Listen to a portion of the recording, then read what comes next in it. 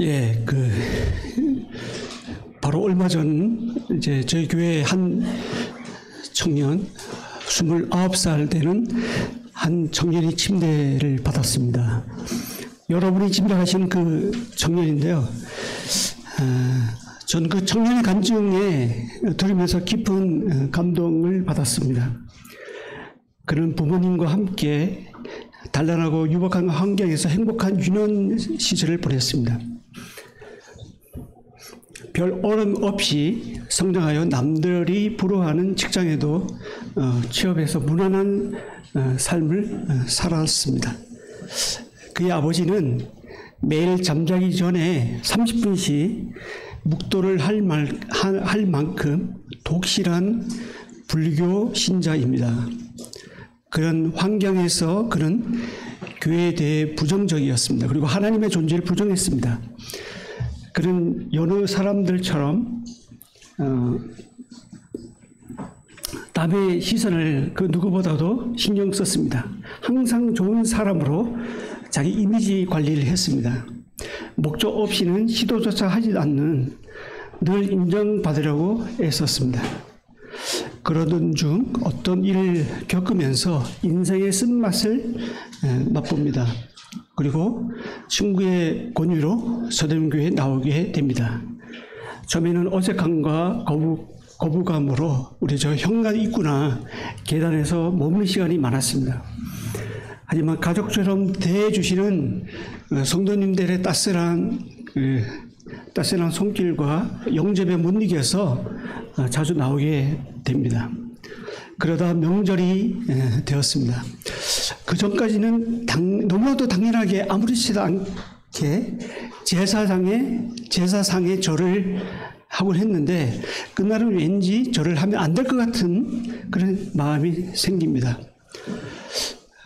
구원받은 것도 아닌데 그동안 교회 다니면서 들었던 말씀들이 가랑비에 옷 젖듯이 그의 마음을 적신 것입니다.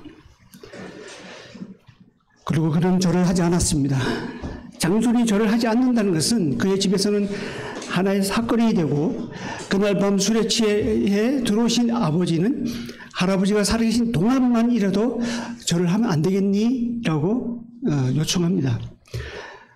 그러나 그는 말하기를 대한민국은 종교의 자유가 있습니다. 종교의 자유가 있는 나라입니다. 이렇게 하면서 절을 하지 않겠다고 선언합니다. 그러자 아버지와 아들은 여러 대화 끝에 서로의 종교를 존중하기로 합의를 합니다. 그렇게 명절 사건은 마무리가 되었습니다. 그런 그 청년이 작년 8월 여름 우리 교회 복음 캠프에 참석하게 됩니다. 그것을 계기로 그의 삶의 주인이 자신에게서 하나님에게로 바뀌는 인생 역전을 경험하게 됩니다. 교회에 나온 지 무려 7개월 만에 그 생명의 말씀이 그의 마음밭에 떨어졌습니다. 그리고 그는 거듭났습니다. 드디어 침례까지 받았습니다. 이후에 그 청년의 아버지는 아들이 다닌 교회가 어떤 곳인지 관심을 갖기 시작합니다. 그리고 한 번은 방문하기로 했다는 소식까지 들었습니다. 만약에 그 아버지가 오신다면 따뜻한 환영을 우리가 해야 될 것 같습니다. 저는 아직 구원받지도 않은 이 한 영혼이 제사장에 절하지 않는다는 것은 하나님께서 원하시지 않으신다는 것이라 그 마음으로 과감하게 절을 하지 않는 그 결단과 행동에 깊은 감명을 받았습니다. 하나님과 만남과 그리고 그 하나님께 믿음의 순종이 그의 삶에 하나하나 더해 가면서 그런 전혀 다른 차원의 사람으로 지금 변해져 있습니다. 근데 이러한 놀라운 일들이 우리의 삶 속에서 일어나지만 우리가 함께 살펴볼 성경 속에서도 일어납니다. 창세기 11장에서 25장까지에서 그와 비슷한 상황에 처한 한 사람을 우리가 만나게 됩니다. 그의 이름은 바로 다름 아닌 아브라함입니다. 아브라함은 노아의 아들 셈으로 시작하는 족보 끝에 나옵니다. 11장에 보면 그의 아버지 데라는 현재 화면을 보십시오. 페르시아만 북서쪽에 위치한 유브라데스 강변의 갈대 우르에 살았습니다. 이 우르는 상당히 발달된 문명을 가진 수메르 도시였습니다. 화면 바꿔주시고요. 아니, 다음 화면.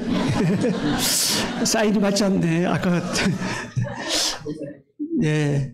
그 도시에서 숭배된 이 수메르 이 도시에서 이게 우르에서 숭배된 주된 신은 바로 수메리의 달의 신입니다. 우리가 여호수아 24장 2절에는 그들이 강 건너편에서 다른 신들을 섬겼더라고 나옵니다. 우리에서 사는 사람들은 다신론 자들이었습니다. 그들은 많은 신을 섬겼어요. 아브라함이 이방 종교의 환경 가운데 태어났다는 것은 흥미로운 일입니다. 이런 배경에서 하나님은 이방 아브라함에게 자신을 계시할 필요가 생겼을 것입니다. 예, 데라는 이 우르에서 위에 하란까지 이제 아브라함과 롯과 사라를 데리고 갈대 우르를 떠나서 이제 하란에 거주합니다. 이 거리가 무려 서울과 부산 간 거리가 433km인데요. 그러니까 이게 서울에서 부산까지 갔다가 다시 걸어서 와서 다시 대전까지 가는 그 거리를 이 일행이 걸어서 갔습니다. 하란은 우르처럼 달을 숭배하는 같은 문화권이었습니다. 그리고 풍요로운 도시였어요. 그리고 거기서 데라는 죽습니다. 이제 12장에 넘어오면서 하나님은 셈족의 무리들 가운데서 한 사람 아브라함을 부르십니다. 하나님의 부르심을 받은 아브라함은 갈 바를 알지 못하고 하나님께서 지시하신 땅인 가나안 세겜에 가서 정착합니다. 창세기 12장 1절에 보면 하나님은 아브라함에게 너는 너의 고향과 친척과 아버지 집을 떠나 내가 너에게 보여줄 땅으로 가라고 하셨습니다. 하나님은 자신의 계획을 보존하시고 이루시고자 셈족의 무리들 가운데서 죄인인 한 사람 아브라함을 75세에 부르셨어요. 75세 이전에는 아브라함이 무엇을 했는지 성경에는 기록이 없습니다. 하나님의 말씀이 그의 삶에 떨어진 이후 하나님과 관계한 그 시간들이 그에게는 의미로 다가왔습니다. 이처럼 우리도 하나님과 관계하지 않는 삶이라면 하나님 앞에서는 아무런 의미가 없고 계수되지 않을 것입니다. 아브라함은 지연, 학연, 혈연 이 공동체, 인간 보호막을 떠나서 하나님이 지시하신 땅으로 갔습니다. 이때 그에게 찾아온 것은 외로움과 고독이었습니다. 하나님의 말씀을 따라 가기 위해서 그동안 의지했던 것들을 하나씩 떨굴 때 오는 그런 고독이 그에게 찾아왔습니다. 하지만 그의 혈연, 학연, 지연의 이 부재가 오히려 그 공간에 하나님의 임재라는 그 놀라운 경험을 하는 축복의 자리가 되었습니다. 여하튼 아브라함의 언약의 내용은 땅, 자손, 복입니다. 이 언약은 무조건적으로 우리가 이해가 됩니다. 우리는 아브라함이 믿음의 조상이라고 알고 있죠. 그런데 그가 처음부터 믿음의 사람이 된 것은 아닙니다. 영국의 배우이자 코미디언인 찰리 채플린이 남긴 유명한 말이 있습니다. 멀리서 보면 희극, 가까이서 보면 비극. 삶과 인생이 그렇더라는 것입니다. 여기서 잠깐 1분 동영상을 한번 잠깐 시청하시겠습니다.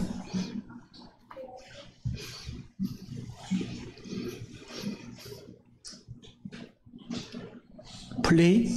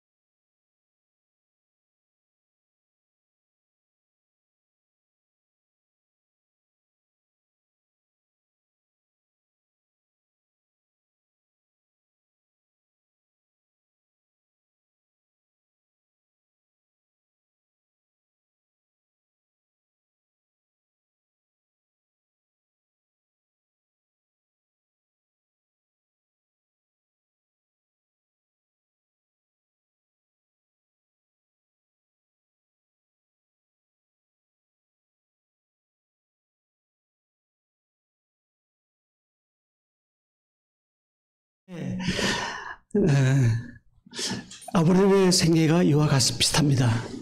아브라함의 생애뿐만 아니라 우리의 삶도 비슷하죠. 네, 우리가 믿음의 사람처럼 보이고 어떤 때는 믿음이 좋은 것 같지만 사실 안에 자세히 들여다보면 우리 역시 별 볼일 없는 사람이지 않습니까? 마찬가지로 아브라함의 생애를 자세히 들여다보면 과연 그가 믿음의 사람인가, 믿음의 조상인가라는 의심이 들 정도입니다. 아브라함은 하나님의 의도를 보지 못하다 슬럼프에 빠집니다. 겉으로 보기에는 하나님을 믿는 모습인데 실질적인 그의 삶은 무신론자처럼 행동했습니다. 분명 하나님은 너의 친척을 떠나라고 했는데 아브라함은 하나님의 부르심을 받고 나아갈 때 조카 롯을 데리고 갔습니다. 약속의 땅에 도착하자 총 흉년이 듭니다. 첫 흉년이 들 때는 아브라함은 참고 기다렸어야 했는데 하나님이 그곳이 하나님의 지시한 땅인지 아닌지를 몰라서 조급하게 애국까지 내려갔습니다. 어디 이뿐이겠습니까? 아내를 빼앗기면 자손에 대한 하나님의 약속이 어떻게 이루어지겠습니까? 그런데 자기 아내를 누이라고 2번이나 속입니다. 창세기 15장 3절에서 아브라함은 주께서 내게 씨를 주지 아니하셨으니 내 집에서 길린 자가 나의 상속자가 될 것이니라고 말했습니다. 하나님 앞에서. 이에 하나님은 그 사람이 내 상속자가 아니라 내 몸에서 날 자가 내 상속자가 되리라고 말씀하셨습니다. 이런 계속되는 약속에도 불구하고 아브라함이 가나안 땅에 거주한 지 10년이 지났을 때, 그러니까 그의 나이가 85세 때까지 여전히 아들이 없었습니다. 지칠 대로 지친 아브라함은 초조해졌습니다. 결국 당시 풍습에 따라서 그의 아내인 하녀인 하갈을 통해서 이스마엘을 86세에 낳습니다. 이때까지 아브라함은 하나님의 약속을 기다리기보다는 자기의 지혜와 힘으로 하나님의 언약을 이루려고 했습니다. 흔히 사람들은 하나님의 약속이 더디 이루어지면 인간의 보편 타당한 가치관으로 행동하는 것 같습니다. 그러나 인간은 보편 타당한 가치관으로는 하나님의 약속이 이루어지지 않습니다. 하나님의 그 열심히 자신의 일을 이루십니다. 하나님은 인간이 하고 싶은 대로 내버려 두시다가 자포자기할 즈음에 그때부터 하나님은 일하기 시작하는 것 같습니다. 우리는 과거를 볼 때 그렇구나라고 생각을 합니다. 그러나 우리는 미래를 볼 때 잘 모릅니다. 그래서 우리는 보편 타당한 가치관, 이 세상에서 추구하는 그런 가치관으로 해결하려고 합니다. 그러나 그럼에도 불구하고 하나님은 우리의 인생을, 아브라함의 인생을 한 걸음 한 걸음 인도하신다는 사실입니다. 스텝 바이 스텝, 계단을 한 계단 한 계단 올라가듯이 하나님의 인도하심이 그같이 한 걸음 한 걸음 인도하신다는 겁니다. 비록 저 멀리는 보이지 않지만 바로 앞에 내가 다음 뒤에 그 한 걸음만 하나님이 인도하신다는 겁니다. 하나님은 아브라함 생애에 간섭하셔서 그의 믿음을 단련시키시고 성장하셔서 자신의 온전히 신뢰케 하시는 것을 우리가 볼 수가 있습니다. 우리 인생도 아브라함이나 별 다를 바 없지 않습니까? 겉으로는 믿음이 좋아 보일지라도 우리 각자의 삶을 자세히 들여다보면 형편없는 사람임을 각자 양심이 증거할 것입니다.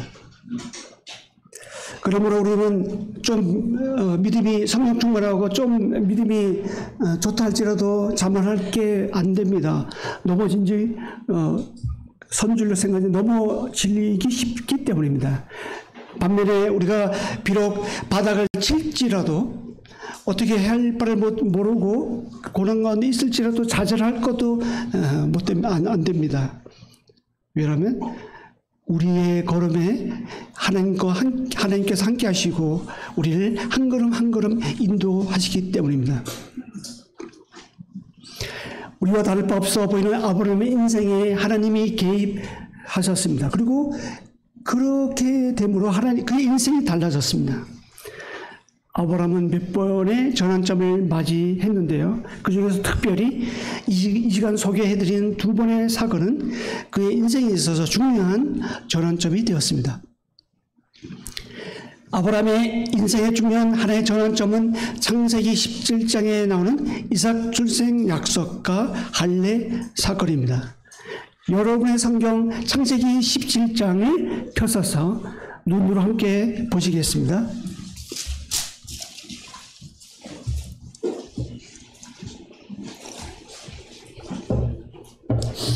창세기 17장 1절은 아브라함의 나이 99이 되었을 때라고 나오는데요.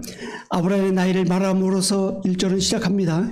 반면에 16장 끝에 보면 마지막 절은 이스마엘을 낳은 해에 아브라함의 나이를 86세라고 나옵니다. 이 둘 사이의 공간은 무려 13년이라는 세월이 훌쩍 지나갔습니다.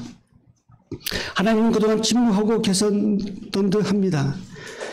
아브라함은 별 다른 사건 없이 이스마엘이 자라는 것을 보는 낙으로 살았을 것입니다. 이제 그의 나이는 어느덧 99세가 되었습니다. 여러 생각이 교차했을 것입니다. 이러다가 죽는 것이 아닌가? 하나님이 약속하신 씨가 이스마엘일까? 사례를 통해서 제대로 된 자손을 주실 수 있는 것인가? 아니 그러기는 나는 너무 늙었어. 아브라함은 점점 마음이 약해지고 거의 포기 상태에 이르렀는지 모릅니다. 이런 상황에서 하나님은 오랜 침묵을 깨고 나타나셨습니다. 그리고 17장 1절에서 아브라함에게 말씀하십니다.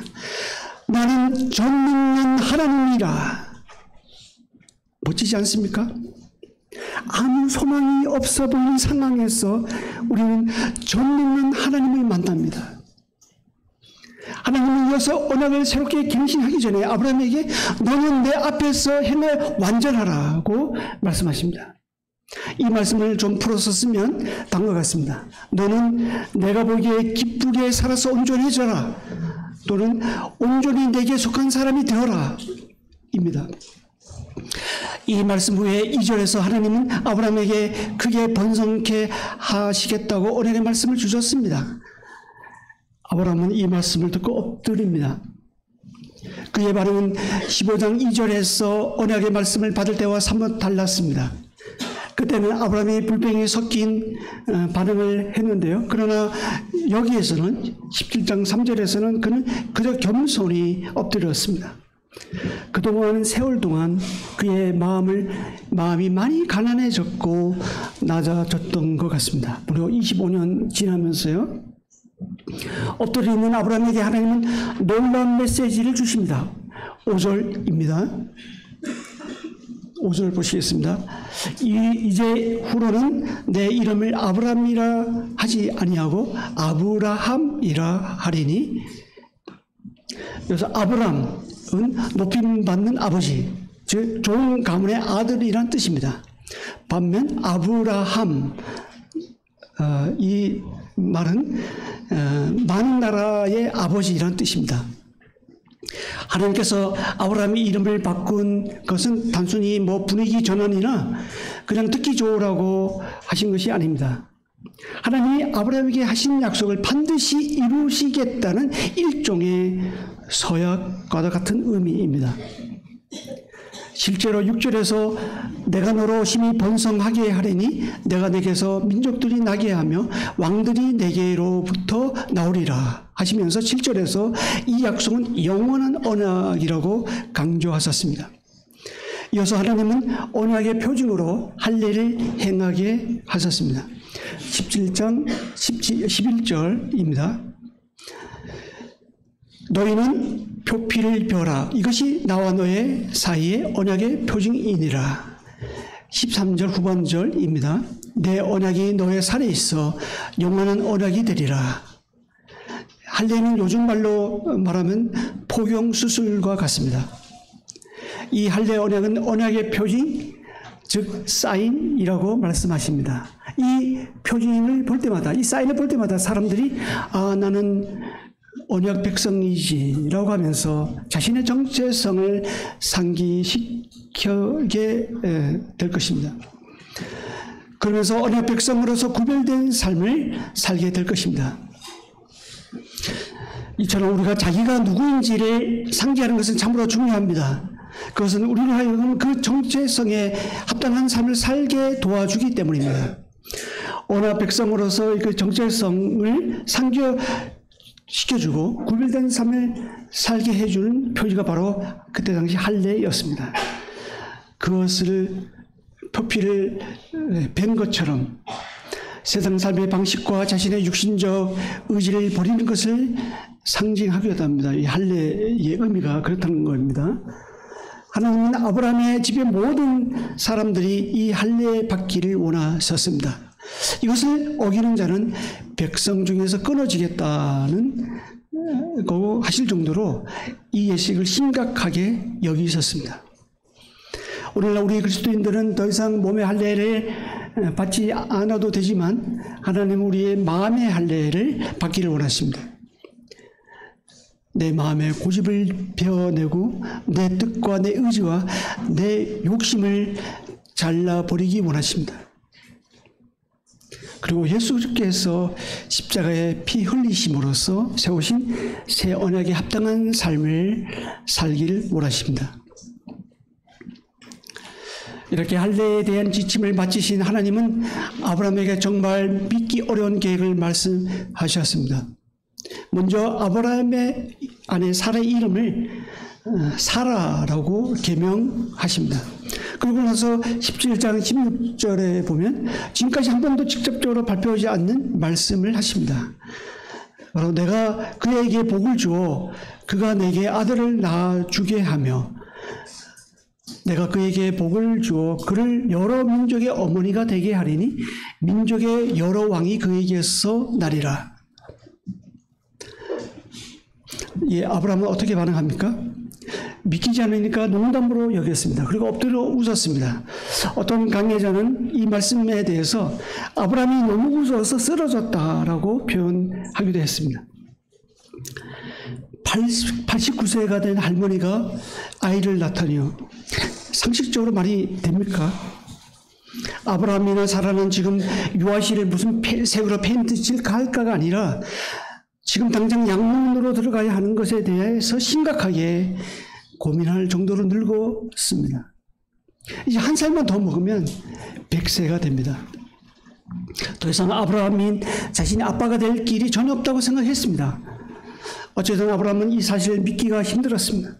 17절에 보면 그는 마음속으로 100세가 된 사람이 어찌 자식을 낳을까? 사라는 90세니 어찌 출산하리요? 라고 중얼거립니다. 그러면서 그는 하나님께 대안을 제시하는데요. 18절입니다. 이스마엘이나 하나님 앞에 살기를 원하나이다.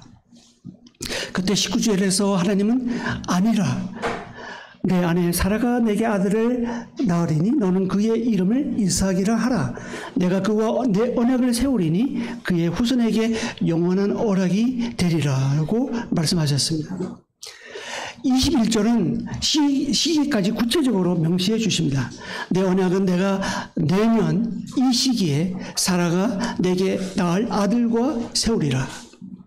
하나님은 이 말씀을 하시고 아브라함을 떠나 올라가셨습니다.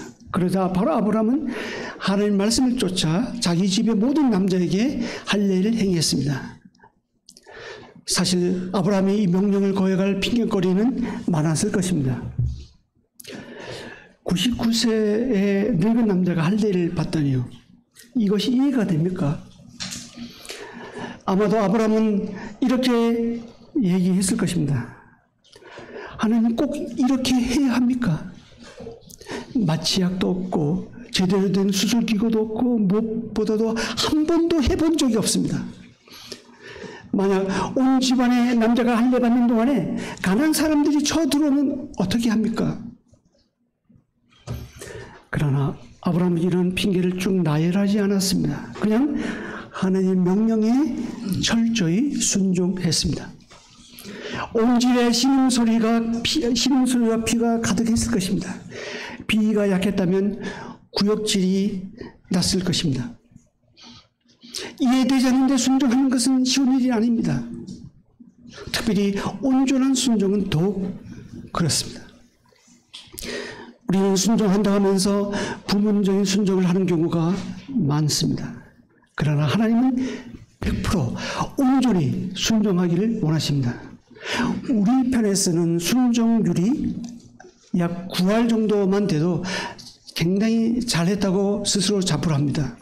그러나 그것은 하나님이 보시기에는 0과 다름없습니다. 아무튼 하나님은 할례를 행하라는 하나님의 명령에 온전히 순종함으로써 그의 생애에 중요한 전환점을 맞이해야 합니다. 로마서 4장 17절에서 22절은 이렇게 전합니다. 아브라함이 그가 믿음과 하나님은 죽은 자를 살리시며 없는 것을 있는 것으로 부르시고 바랄 수 없는 중에 바라고 믿었으니 그가 100세나 되어 자기 몸이 죽은 것 같고 사라의 태가 죽은 것 같음을 알고도 믿음이 약하여지지 아니하고 믿음이 없어 하나님의 약속을 의심하지 않고 믿음으로 견고하여져서 하나님께 영광을 돌리며 약속하신 그것을 또한 능히 이루실 줄 확신하였으니. 히브리 말로 이삭은 웃음이란 뜻입니다. 예전에는 아브라함이 불신으로 웃었지만 이제는 하나님의 능력이란 경이로움과 기쁨 가운데 웃습니다. 창세기 21장 6절에서 사라는 이렇게 고백합니다. 하나님이 나를 웃게 하시니 듣는 자가 다 나와 함께 웃으리로다. 아브라함과 사라는 웃음이란 뜻이 담긴 이삭을 부를 때마다 하나님이 어떻게 자신들의 불신의 웃음에서 기쁨의 웃음으로 바꿔주셨는지를 기억했을 겁니다. 이 얼마나 아름다운 결말입니까? 결국 아브라함은 하나님 말씀대로 열국의 아버지가 됩니다.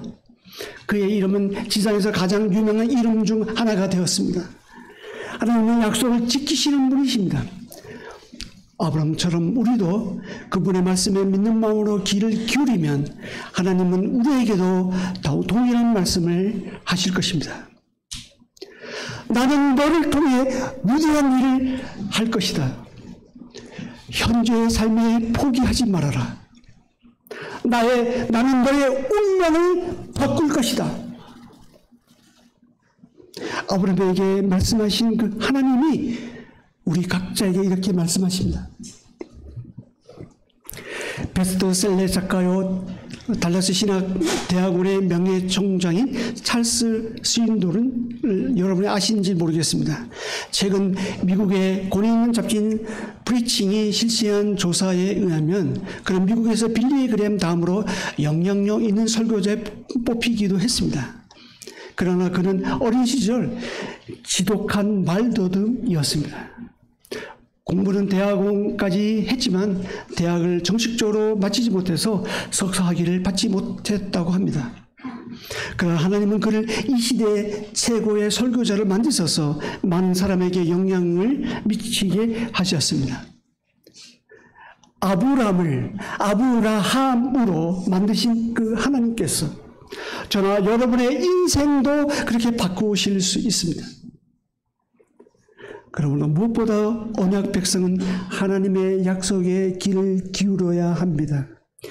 아브라함처럼 하나님 앞에 겸손히 엎드려서 그분의 말씀을 경청해야 합니다. 아브라함의 인생에 또 한 번의 중요한 전환점이 있는데요.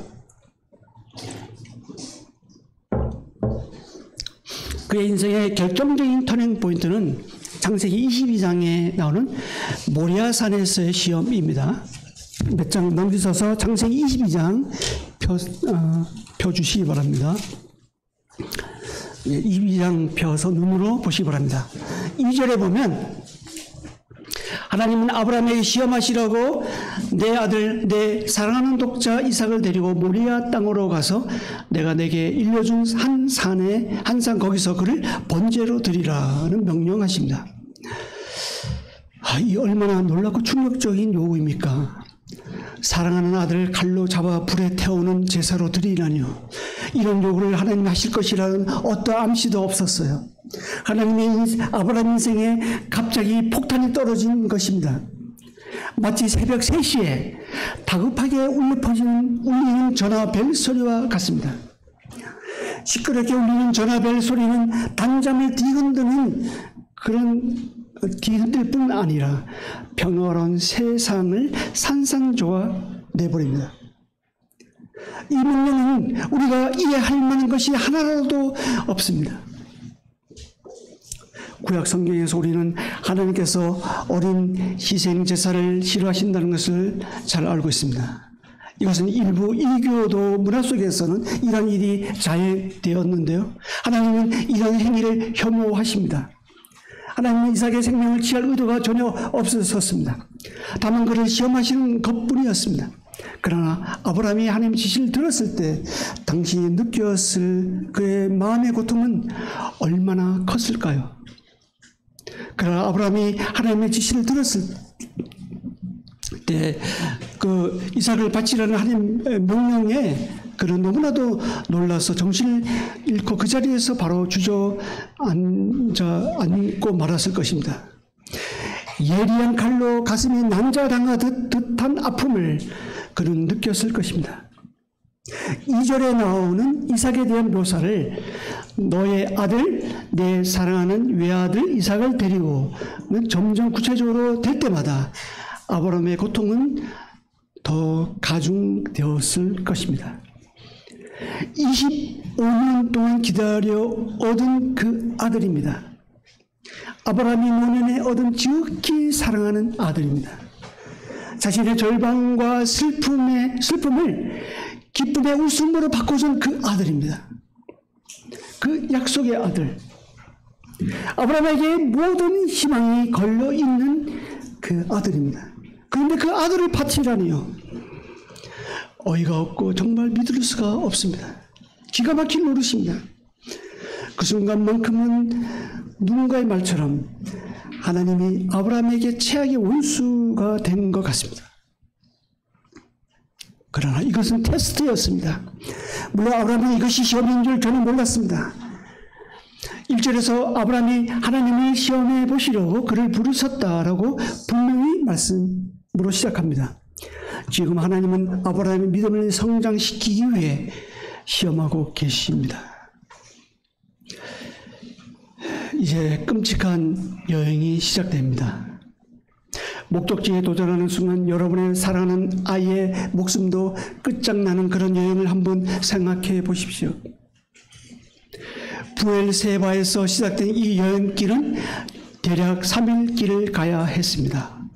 얼마나 고통스러운 3일 길이었을까요?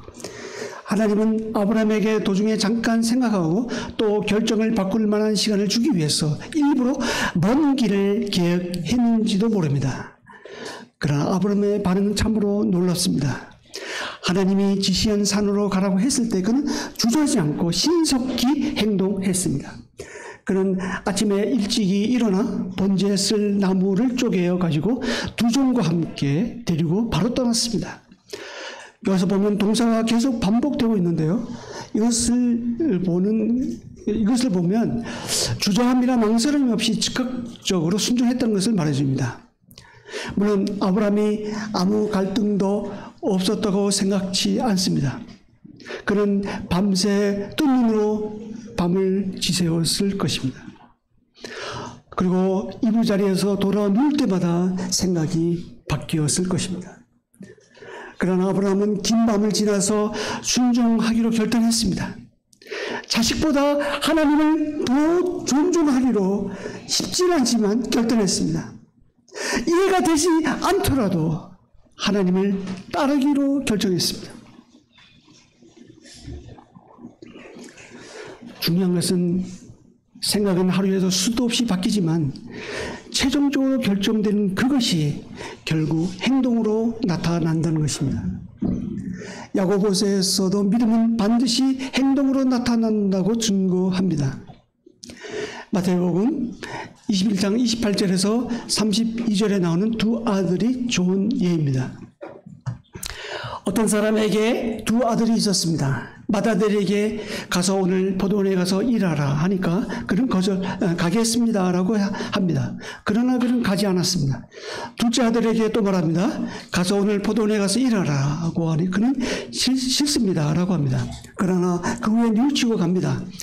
예수님은 모인 무리들에게 그 둘 중에 누가 아버지 뜻대로 하였느냐라고 물으셨어요. 무리들은 하나같이 둘째 아들입니다라고 대답합니다. 결국 아브라함처럼 최종적으로 결정되는 행동이 그 사람의 믿음임을 알 수가 있습니다. 우리도 많은 생각들이 왔다 갔다 하고 갈등들이 일어나겠지만 최종적으로 우리가 결정하는 그 결정, 그것을 하나님은 기이 보십니다. 이런 아브라함의 믿음의 행동을 엿볼 수 있는 단서는 종들에게 한 말과 이삭과에 대하여서 찾을 수 있습니다. 창세기 22장 5절입니다. 너희는 나귀와 함께 여기서 기다리라. 내가 아이와 함께 저기 가서 예배하고 우리가 너희에게로 돌아오리라. 7절에서 이삭이 말합니다. 번제할 어린 양은 어디 있나이까? 8절에서 아브라함이 말합니다. 내 아들이 번제할 어린 양은 내 아들아 번제할 어린 양은 하나님이 자기를 위하여 친히 준비하시리라. 분명 하나님은 아브라함은 하나님께서 이삭을 죽음 이후에 다시 살리실 것을 믿었습니다. 왜냐하면 오직 이삭을 통해 하나님께서 미래를 계획하셨다는 사실을 알았기 때문입니다. 그러나 동시에 하나님께서 이삭을 바치기 원하시는 것도 알았습니다. 좋아할 수 없는 이 두 사실 앞에서 아브라함은 순종했습니다. 이해할 수 없지만 하나님께서 다시 살리실 줄을 믿었습니다. 히브리서 기자는 히브리서 17장 17절에서 19절에서 이렇게 전합니다. 아브라함은 시험을 받을 때 믿음으로 이삭을 드렸으니 그는 약속들을 받은 자로 돼 그 외아들을 드렸느니라. 그에게 이미 말씀하시기를 내 자손이라 칭할 자는 이삭으로 말미암으리라 하셨으니 그가 하나님이 능히 이삭을 죽은 자 가운데서 다시 살리실 줄로 생각한지라. 비유컨대 그를 죽은 자 가운데서 도로 받은 것이니라. 하나님은 아브라함의 믿음을 보시는데 끝까지 보십니다. 아브라함이 이삭의 목에 칼날로 깊이 박으려는 순간 어디선가 다급한 목소리가 들렸습니다. 11절에 보니까 아브라함아 아브라함아, 얼마나 급했으면 이름을 두 번이나 불렀겠습니까? 그때 하나님께서 개입하셨습니다. 그분이 친히 번제할 어린 양을 친히 준비하셨습니다. 무엇보다도 중요한 것은 아브라함이 하나님의 테스트를 통과했다는 것입니다. 하나님은 그제서야 엄지척 하시면서 기쁨에 겨워 12절과 같이 아브라함에게 말씀하십니다. 내가 내 아들 내 독자까지도 내게 아끼지 아니하였으니 내가 이제야 비로소 내가 나를 경외하는 줄 아노라. 결국 아브라함은 이삭을 바침으로써 비로소 믿음의 조상의 반열에 올라갑니다. 여기까지 오기가 아브라함은 40년이 걸렸습니다. 그는 75세의 부름을 받고 100세 이삭을 낳았죠. 그 이삭이 약 15세 될 즈음에 모리아 산에 가서 번제를 드렸습니다. 그 기간이 무려 40년이라는 세월이 지나갔습니다. 전에는 아브라함이 하나님의 언약을 스스로 이루려고 했습니다. 그래서 이제는 영원하신 하나님이 친히 이루실 줄을 확신했습니다.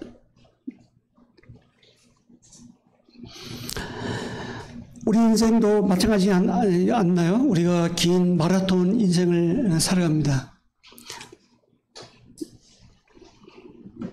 오늘 본문 이야기를 통해 우리는 무엇을 배울 수 있을까요? 아브라함의 생애를 멀리서 보면 그런 대단한 믿음의 사람처럼 보입니다. 그러나 가까이 들여다보니까 우리와 별다를 바 없는 인생임을 우리가 성경을 통해서 확인했습니다.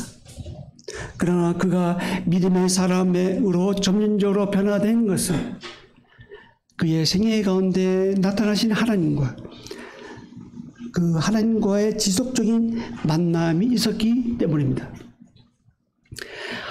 아브라함은 75세에 하나님의 부르심을 받았습니다.